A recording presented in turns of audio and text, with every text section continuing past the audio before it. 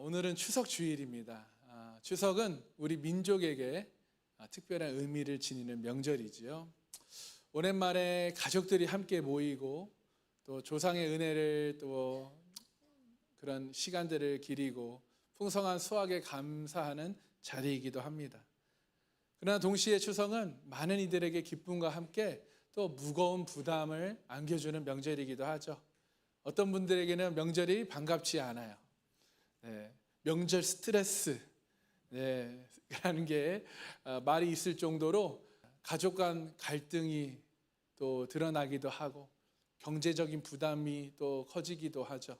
시댁과 처가, 형제들 사이에 보이지 않는 갈등, 긴장, 오랜 상처가 또 만나면 다시 또 이렇게 드러나는 순간이기도 해요.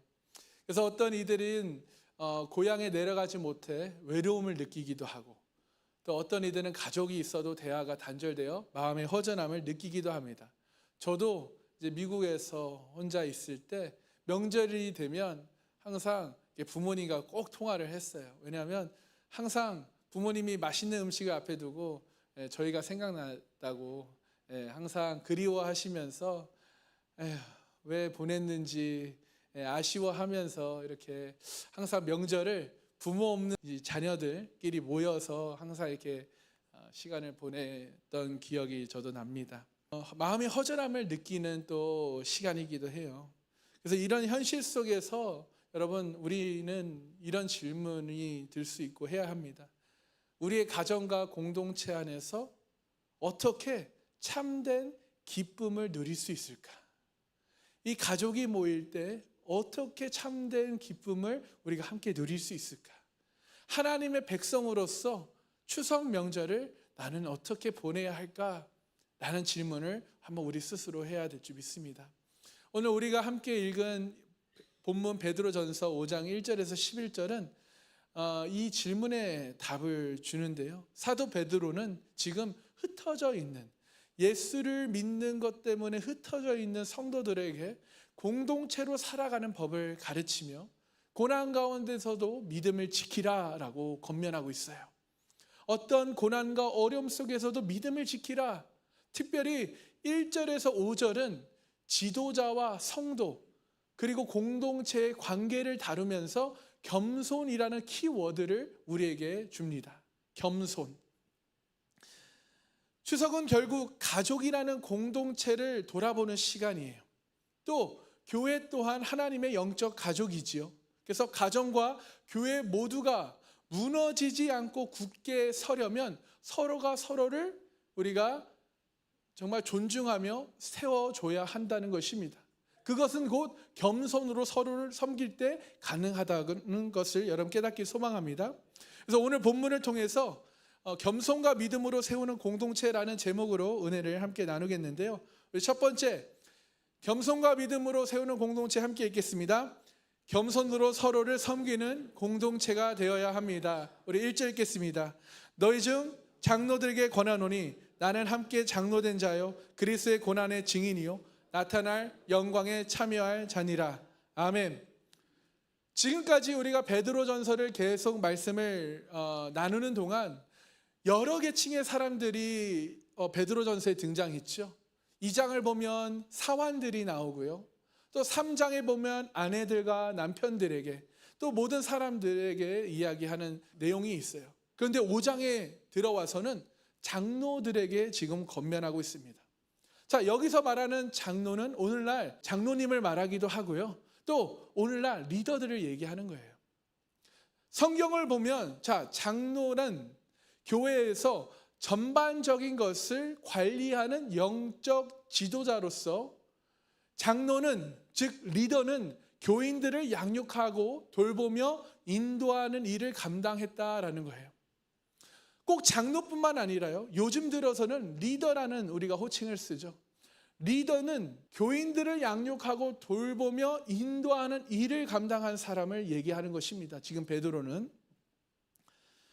베드로는 장로들에게 권면할 수 있는 자신의 자격에 대해서 이렇게 1절에 세 가지를 얘기합니다. 첫 번째, 함께 장로된 자다라고 얘기해요. 이것은 베드로 자신의 사도적 권위에 대한 주장이 아닙니다. 서로가 같은 동역자임을 강조하는 거예요. 우리가 서로 정말 중요한 중책을 맡았다. 교회에서 그 영혼을 돌보고 양육하고 정말 인도하는 그런 중요한 사람들이다, 리더다라고 말을 하는 겁니다. 두 번째, 우리는 그리스도의 고난의 증인이다. 베드로는 자신이 직접 그리스도의 고난에 목격한 증인이고 참여한 증인이잖아요. 지금 이 성도들에게도 예수를 믿는 것 때문에 그런 핍박과 그런 오는 어려움, 환난들, 그것을 함께하는 고난의 우리 증인이다. 그것을 또한 우리는 그러므로 복음을 증거할 책임을 부여받는 사람임을 또 의미하는 것이에요. 세 번째, 나타날 영광에 참여할 자다라고 말씀합니다. 그리스도께서 다시 오실 때 보여주실 영광을 말하며 동시에 베드로를 포함한 모든 그리스도인들, 즉 저와 여러분 함께 누릴 영광을 얘기하는 거예요. 할렐루야. 그래서 여러분, 우리는 베드로와 함께 된 장로입니다. 할렐루야. 그리스도의 고난의 증인인 줄 믿습니다. 또 나타날 하나님의 영광에 참여할 자임을 여러분 믿으십니까? 그럼 우리 함께 이 시간 외치길 원해요. 자, 저를 따라 외치겠습니다. 나는 함께 된 장로요, 그리스도의 고난의 증인이요, 나타날 하나님의 영광에 참여할 자입니다. 할렐루야. 아멘. 네, 그렇습니다. 우리는 베드로와 함께 된 그리스도인, 즉 증인들, 리더들이며 또 그리스도의 고난에 참여한 증인이고 또 나타날 하나님의 영광에 참여할 자예요. 이어서 2절에 이렇게 또 장로들에게 권면합니다. 우리 함께 읽겠습니다. 시작. 너희 중에 있는 하나님의 양 무리를 치되 억지로 하지 말고 하나님의 뜻을 따라 자원함으로 하며 더러운 이득을 위하여 하지 말고 기꺼이 하며. 아멘. 너희 중에 있는 하나님의 양의 무리를 치라라고 말씀해요. 여기서 치다라는 것은요, 목자의 돌봄을 뜻합니다. 단순히 가르치거나 통치하는 것이 아니라 양의 필요를 살피고 그들을 보호하며 그들을 먹이고 돌보는 그것을 의미해요. 특히 베드로는 예수님께서 자신에게 부탁했던 말씀, 내 양을 먹이라, 내 양을 치라, 그렇죠? 그 말씀을 지금 다른 목자들, 즉 장로들 또한 리더들에게 지금 권면하고 있는 것입니다. 본래 양은 그리스도의 것이에요. 하나님의 것입니다. 할렐루야. 내 것이 아니에요. 나에게 잠깐 맡겨진 것이지 내 것이 아니에요. 그런데 목자장이 되시는 그리스도께서 양 무리를 돌보는 직임을 누구에게 위임하셨다고요? 바로 우리에게 위임하셨다는 거예요. 목사에게만 아닙니다. 여러분 모두에게 위임하셨어요. 베드로는 그리스도께서 부여하신 그 양 무리를 돌보고 양육하고 그 사랑하는 직임을 다하라고 리더들에게 지금 권면하고 있는 것입니다. 그런데 우리가 그 양들을 돌볼 때 두 가지의 마음의 자세를 가져야 한다라고 말씀하고 있어요. 무엇입니까? 첫 번째, 억지로 하지 말라는 거예요. 우리가 자칫 잘못하면 2절에 억지로 할 수 있거든요. 억지로 하지 말고 하나님의 뜻을 따라 자원함으로 하라. 여러분, 리더분들, 우리 장로님들, 또한 여러 곳에서 섬기고 있는 우리 봉사자분들, 여러분 억지로 하고 계십니까? 누가 시켜서 우리 당번이니까 하필 추석 앞두고 이게 무슨 난리야 하고선 어저께 청소하신 분 계세요? 하나님의 뜻을 따라 자원함으로 하신 줄 믿습니다. 기쁨으로 하신 줄 믿습니다. 그래요, 여러분. 억지로 하지 말고 하나님의 뜻을 따라 자원함으로 하래요. 기쁨으로 하라는 거예요. 주어진 책임을 행할 때 인간적인 열심이 아니고 성령님께서 내게 주신 마음으로, 즉 하나님의 뜻에 합당한 그 은혜와 사랑으로 열심히 행해야 한다라고 말씀하고 있어요. 두 번째 무엇입니까? 더러운 이득을 위하여 하지 말고 기꺼이 하라. 탐욕이 아닌 기쁨이 본질이라는 것이죠. 자신의 사리사욕을 채우기 위해 공동체의 재정을 이용하거나 돈을 목적으로 직임을 감당하는 것이 아니다라는 거예요. 우리 리더분들, 우리 장로님들은 다행히 우리 상강교회 우리 리더분들은 그렇지 않아요. 자신들의 시간과 자신의 재정을 써서 지금 봉사하시고 또 섬기시고 양을 돌보시느냐고 얼마나 재정이 힘겨운지 몰라요. 우리 성도님들이 합심해서 도와주셔야 돼요. 아멘? 아멘이 줄어들었어요. 그래서 여러분, 오직 하나님께서 내게 주신 직분을 감당하기 위해 헌신하는 자세로 우리는 임해야 될 줄 믿습니다. 그렇다면 여러분은 어떤 자리에서 성실히 하나님께서 주신 직분을 감당하고 계십니까? 이 질문을 한번 생각해 보세요. 여러분, 이 모든 것을 여러분 3절에 이렇게 말해요. 함께 읽겠습니다. 맡은 자들에게 주장하는 자세로 하지 말고 양 무리의 본이 되라. 아멘. 본이 되라라는 거예요. 지도자는 권력을 휘두르는 지배자가 아니라 본이 되는 삶으로 이끄는 사람이어야 한다고 말씀하고 있어요. 리더분들, 저를 포함해서 리더분들, 여러분은 본이 되는 삶으로 여러분의 양을 이끄는 사람이십니까? 리더분들 모두가 여러분의 가족들과 성도들 또 이웃들에게 본이 되시기를 주님의 이름으로 축복합니다. 아멘. 그러면서 본이 되면 4절, 5절에 이렇게 말씀해요. 자, 4절 보세요. 본이 되면 그리하면 목자장이 나타나실 때, 예수 그리스도가 지금 목자장인데요, 목자장이 나타나실 때 시들지 아니하는 영광의 관을 얻으리라. 그리스도께서 대리 목자들인 저와 여러분들이 본을 행하고 우리가 우리에게 허락하신 양들을 잘 양육하고 사랑으로 돌볼 때 우리의 행위에 따라서 적합한 보상을 주시는데, 그 상급은 무엇입니까? 시들지 아니하는 영광의 관, 즉 면류관을 얘기하는 거예요. 그러므로 우리 장로님들 또 권사님들, 전에 리더이셨던 분들, 여러분 이 말씀을 꼭 기억하십시오. 은퇴했다고 여러분에게 주어진 양들을, 동역자를 돌보지 않는 그런 리더분이 계시지 않길 소망합니다. 그 끝까지 주님 앞에 갈 그 순간까지 우리에게 허락하신 양들을 우리는 돌보고 사랑하고 양육해야 돼요. 그래야 목자장인 예수 그리스도께서 나타나실 때 시들지 아니하는 영광의 관을 우리에게 주신다는 것입니다. 그러면서 5절에서는 교회의 젊은 자들에게 또 자들에게 말해요. 장로들에게 순종하라고 하며 곧바로 이렇게 말합니다. 다 서로 겸손으로 허리를 동여라. 겸손으로 허리를 동여라. 허리를 동인다라는 표현은 일을 시작하기 위해 옷을 단단히 묶는 것을 의미하는데요. 즉 겸손을 우리의 삶의 태도로 단단히 묶어 입고 살아라라는 뜻이에요.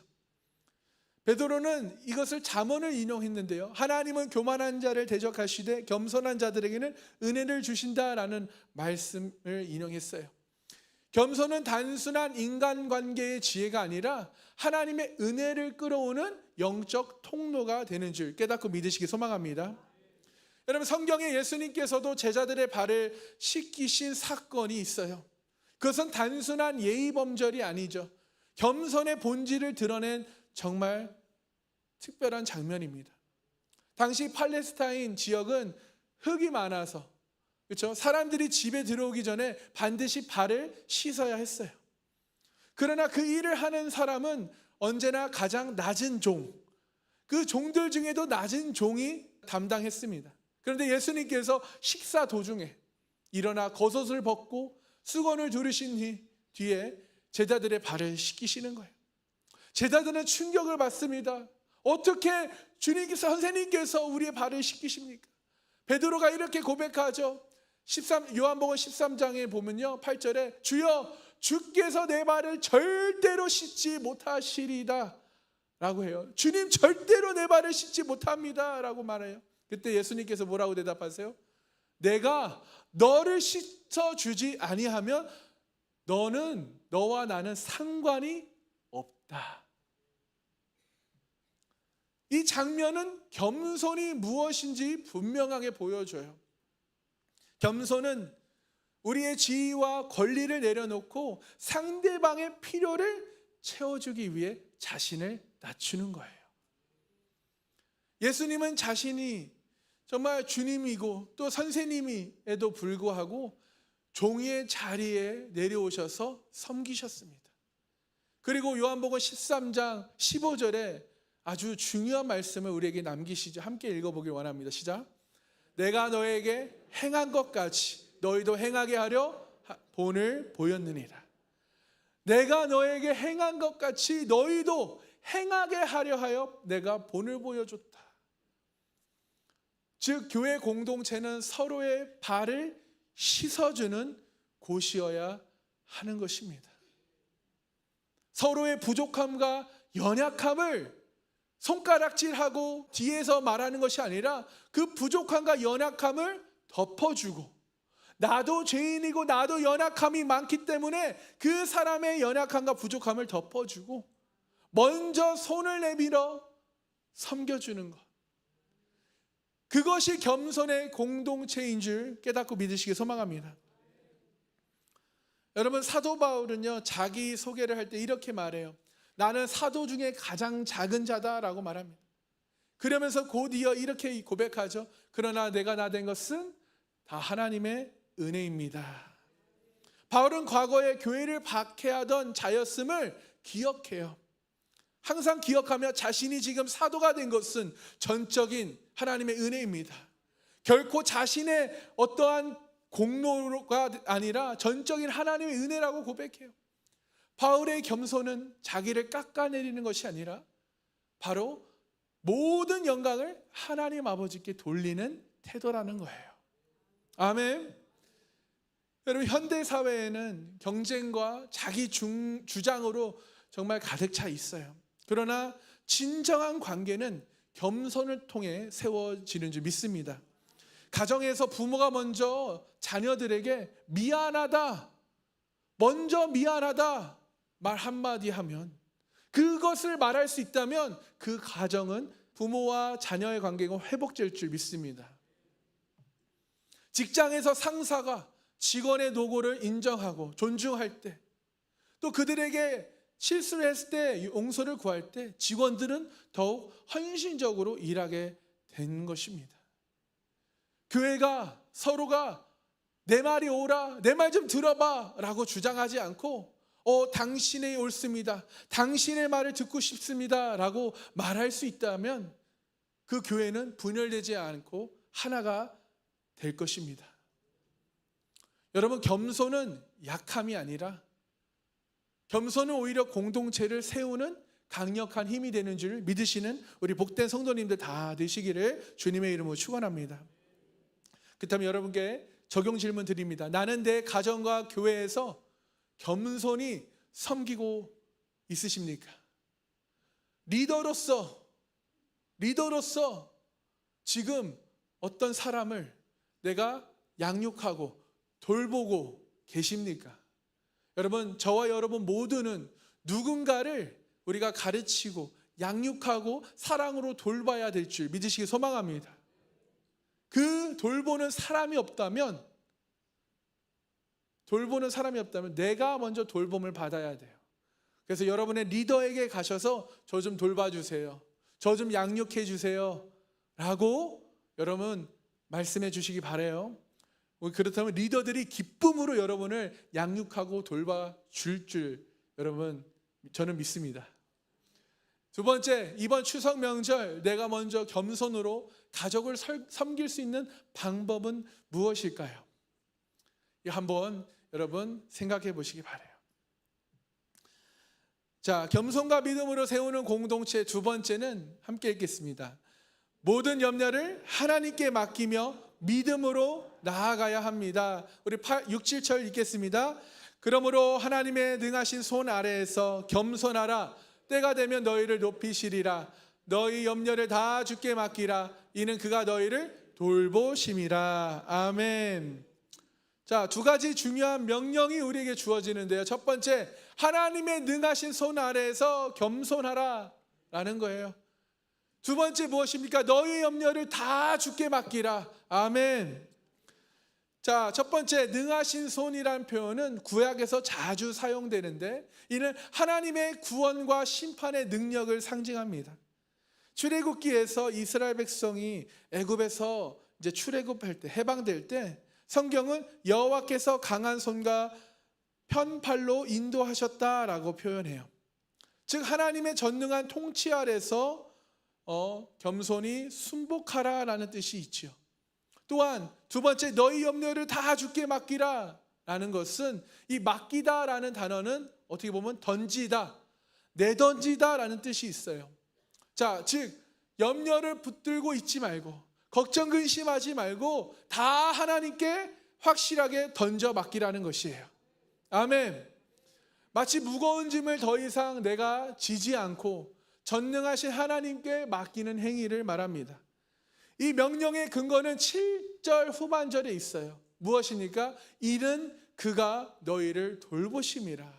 아멘. 여기서 돌본다는 것은 단순한 감정적 관심이 아니라 실질적으로 또 보호하시고 공급하시며 필요한 것을 채워주신다는 의미인데요. 하나님께 맡긴다는 것, 던져버린다는 것은 무책임한 도피가 아니라 하나님이 나의 아버지 되심을 내가 신뢰하고 내가 믿고 맡기는 적극적인 나의 믿음의 행위라는 거예요. 여러분, 이스라엘 백성이 애굽을 떠나 광야를 지날 때 가장 큰 염려는 무엇이었습니까? 그 광야길에서 어떻게 살아남을까? 그렇죠? 무엇을 먹을 수 있을까라는 거잖아요. 뭐 하루 이틀 며칠은 애굽에서 가지고 나온, 급하게 나왔지만 가지고 나온 음식, 그 양식으로 버틸 수 있었겠지만 광야에서 장기간 먹을 수 있는 방법은 없었지요. 백성들은 모세를 원망하며 불안해했습니다. 그때 하나님은 하늘에서 만나를 내려주셨어요. 그러나 중요한 점은 무엇입니까? 하나님이 하루에 그 분량씩만 주셨다라는 거예요. 하루 분량씩만 주셨다라는 것이죠.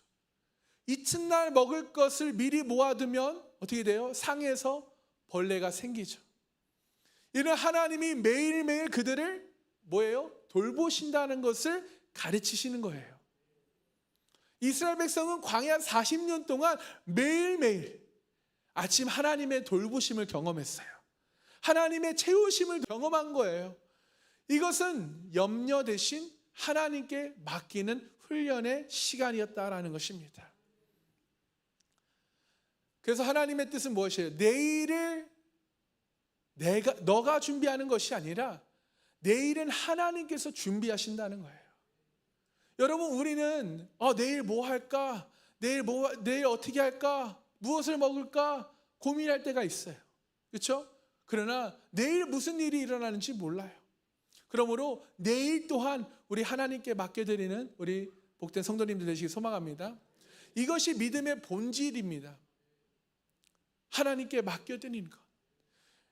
여러분, 유다 왕 히스기야는 그 아수르, 그 사네립 왕이 예루살렘을 위협했죠. 극심한 염려에 빠집니다. 이미 수많은 나라를 정복했고 그들의 군대가 예루살렘을 지금 포위하고 있어요.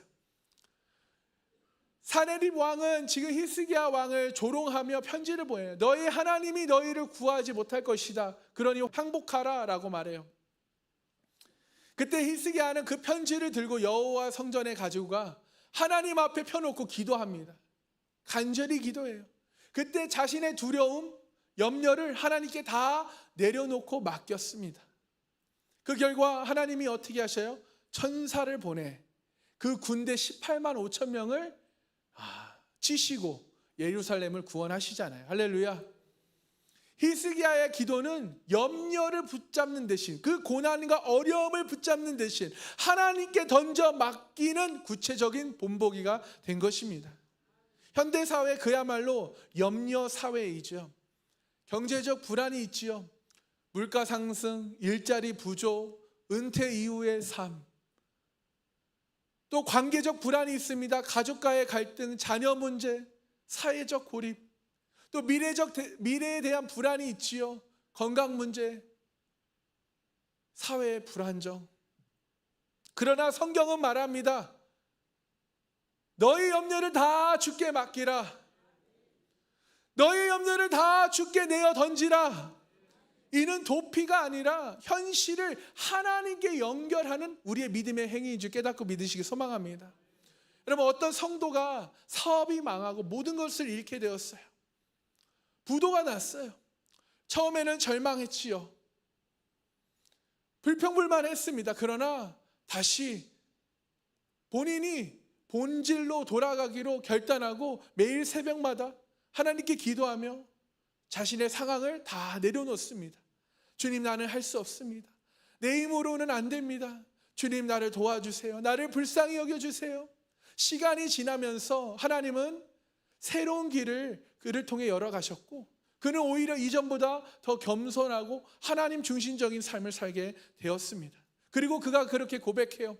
내가 하나님께 모든 염려를 맡기자 하나님은 내가 상상하지 못한 길로 나를 인도하셨습니다. 여러분, 왜 하나님께 우리의 염려를 맡겨야 하나요? 그 이유는 하나님은 전능하신 분이시기 때문입니다. 또한 우리를 돌보시는 하나님 아버지시기 때문이에요. 아멘.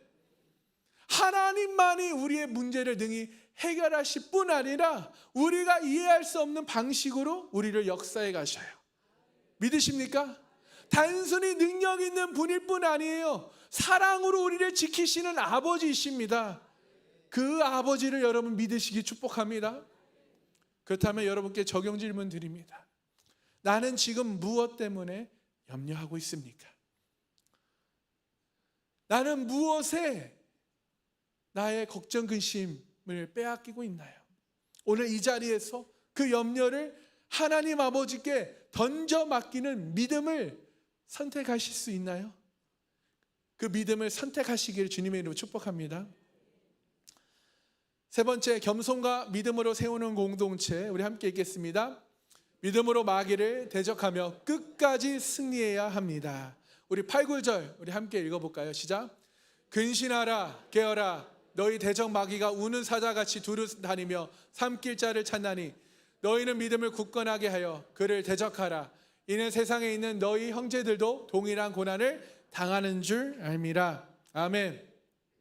자, 베드로는 지금 교회 지도자들에게 권면한 후 지금 성도 전체를 향해 경고와 격려의 말씀을 전해요. 자, 근신하라 깨어라. 근신하라 깨어라. 이 명령은 단순히 잠을 자지 말라라는 뜻이 아니에요. 근신은 술 취하지 않는 정신처럼 맑고 분별력 있는 태도를 의미해요. 신앙인은, 저와 여러분은 감정이나 환경에 끌려다니는 것이 아니라 말씀에 근거한 분별력으로 세상을 바라봐야 하는 것입니다. 그런데 우리는 너무나 쉽게 감정이나 또 환경에, 상황에 끌려다니죠. 그러므로 항상 우리는 분별력 있게 행해야 된다는 거예요. 그리고 깨어라 라는 것은 단순히 잠을 자지 않는 것이 아니라 영적으로 예민하게 감지하고 언제 올지 모를 그 시험, 그 유혹, 그 공격에 대비하는 삶을 살아야 한다는 것입니다. 그래서 근신하라 깨어라 라는 것은 정신을 차리고 술에 취하지 않는 사람처럼 분별력을 가지고 영적으로 깨어 있으라. 아멘. 그래서 근신하라 깨어라가 뭐라고요? 영적으로 깨어 있으라는 거예요. 베드로는 마귀를 우는 사자의 비유를 합니다. 당시 초대교회 성도들에게는 사자가 엄청난 두려움과 죽음을 상징하는 존재였어요. 로마 황제 숭배를 거부한 성도들, 원형 경기장에서 사자의 밥이 되었던 그때입니다. 베드로가 우는 사자라고 표현한 것은 실제 그런 박해와 핍박 속에서 그런 상황 속에서 성도들이 느끼던 그 두려움과 정확히 맞닿아 있어요. 하지만 마귀는 직접적으로만 공격하지 않죠. 우는 사자처럼 크게 소리쳐 두려움을 조성하고 또 속임수와 거짓으로 신앙을, 우리의 믿음을 흔들어요. 의심하게 만들어요. 그리고 죄와 타협하게 만듭니다. 그래서 9절에 이런 말씀이 있어요. 너의 믿음을 굳건하게 하여 그를 대적하라. 아멘. 우리의 믿음을 굳건하게 하여 사단, 마귀를 대적하시기 축복합니다. 여기서 대적하다라는 것은 적극적으로 맞서 버티다라는 뜻이에요. 적극적으로 싸우라는 거예요. 할까 말까, 넘어가. 이게 아니라 적극적으로 맞서 버티라는 거예요. 도망치라는 것이 아니라 믿음의 뿌리로 서서 흔들리지 말라라는 거예요. 그리고 중요한 사실을 하나 더 덧붙입니다.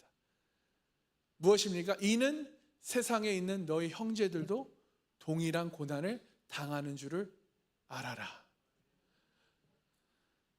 즉 고난과 영적 싸움은 나만의 문제가 아니라는 거예요. 나만 영적 공격을 받는 게 아니에요. 나만 유혹을 당하는 게 아니에요. 나만 죄를 짓는 게 아니에요. 전 세계의 성도들, 하나님을 믿는 그리스도인들도 이 동일한 싸움에 함께 서 있다는 것을 여러분 알으라는 거예요. 그것을 우리가 알 때, 나도 겪는 걸 너도 겪고, 너도 겪는 걸 저 사람도 겪고, 우리 모두가 동일한 사람이구나. 그럴 때 우리는 외롭지 않아요. 우리가 함께, 야, 너도 넘어졌어? 나도 넘어졌어.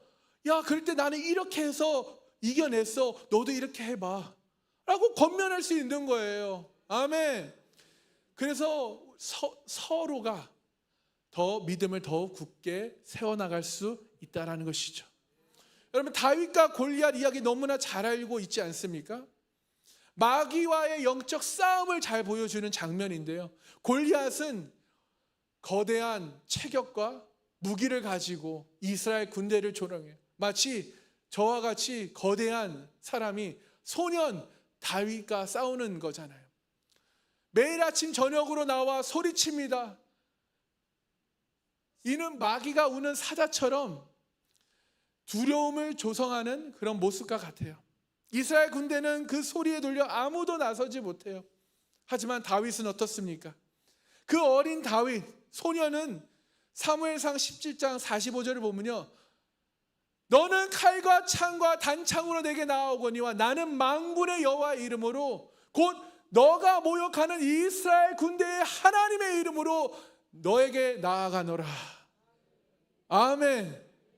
멋있지 않습니까, 다윗?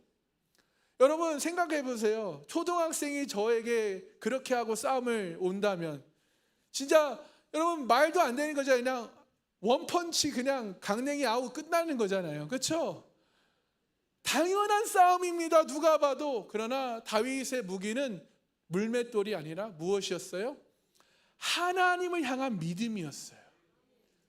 물맷돌 때문에 이긴 게 아니에요. 하나님을 향한 믿음이에요.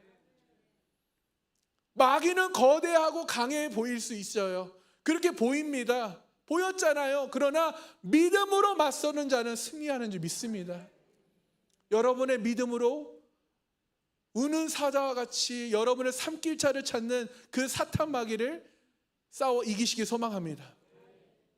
우리가 믿음으로 주님의 이름을 붙들 때, 우리가 믿음으로 주님의 이름을 부를 때 거짓의 권세는 무너질 줄 믿으시기 소망합니다. 아이러니하게도 이 본문을 기록한 베드로 자신도요 과거에 마귀의 공격을 받았던 사람이에요. 예수님이 십자가에 잡히시기 전날 밤 베드로에게 이렇게 말씀하셔요. 시몬아 시몬아 보라, 사탄이 너희를 밀가부르듯 하려고 요구하였으나 그러나 내가 너를 위하여 내 믿음이 떨어지지 않기를 기도하였노니 너는 돌이킨 후에 내 형제를 굳게 하라. 실제로 베드로는 예수님을 3번이나 부인했어요. 그 순간 그는 마귀의 두려움과 속임수 앞에 넘어졌던 것입니다. 그러나 부활하신 주님을 갈릴리 바닷가에서 만나죠. 그리고 예수님께서 질문하십니다. 베드로야 시몬아, 너가 나를 사랑하느냐? 네 주님, 내가 주님을 사랑합니다. 그럼 내 양을 먹이라. 이 동일한 질문을 3번 하시죠. 이렇게 3번 질문을 해주시면서 그 사명을 다시 회복시켜 주시고 베드로를 다시 세워주십니다.